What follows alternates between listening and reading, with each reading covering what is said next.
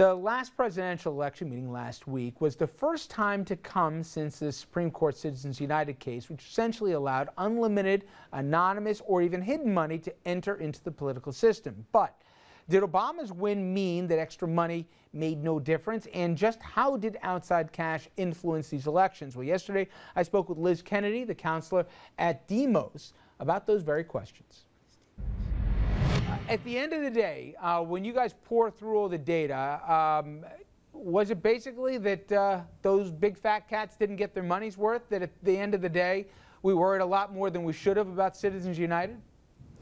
I don't think that that is the appropriate conclusion to reach here. But I think that what we have to look at is not necessarily just the return on the money in terms of electoral outcomes, but rather the return on the money in terms of the influence and access that was purchased through the onslaught of outside spending and candidate spending that we saw in this election. You mentioned that 60% of the super PAC funds came from just 132 donors. A really critical, I think, fact for your viewers might be to note that just 61 large donors, giving on average $4.7 million, gave the same amount to super PACs than 1.4 million small donors gave to the actual candidates.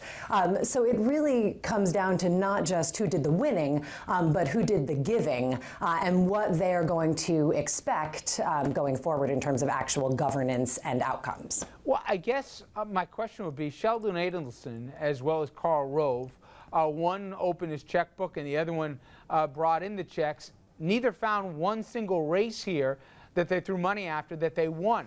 So they're going to have a hard time influencing policy if the guys that they basically had under thumb never got elected. I think that that is a true statement. However, you have to ask why Adelson was giving this money in the first place, and then where was it that he might be able to give his money in the future? Because one of the big problems that we face with this huge glut of outside spending that can always occur is that some folks, I think you'll see that Rove and the folks that spent a lot of this outside money who might not have ended up winning a lot of races say, well, we kept it really close. So sometimes in the big money races, it might not be enough to swamp the chances of a candidate who represents better the views of the larger number of American people.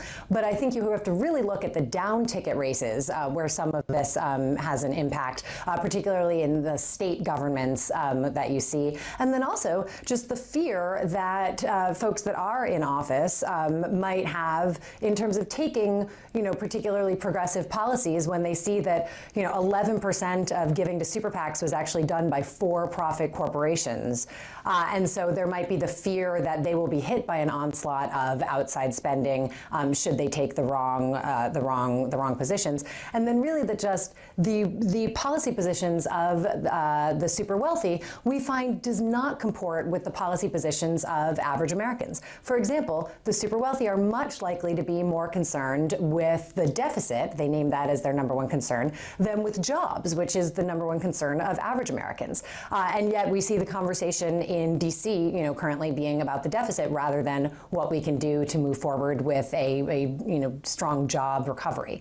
So I think who is setting the agenda is still a critical, important point. Last thing from me, Liz, is we heard inklings from the president before the election that if he won, he'd barnstorm across America, trying to get Citizens United overturned. And while that might be a little quixotic, he's not going to get 2/3 of the lawmakers to get on board here to overturn it.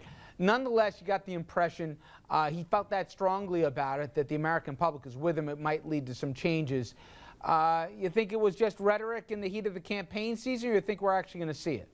What is on the president's agenda vis-a-vis the constitutional amendment? I cannot hazard to guess, but I will say that there are, as I've said, many important, even currently constitutional policy items that could really go far in empowering citizens to take back this, money in politics problem and take back their influence on their elected officials. All right. On that hopeful note, Liz Kennedy, thank you very much. I appreciate a few minutes. It's my pleasure, Rich. Thank you. And we'll be right back to wrap things up.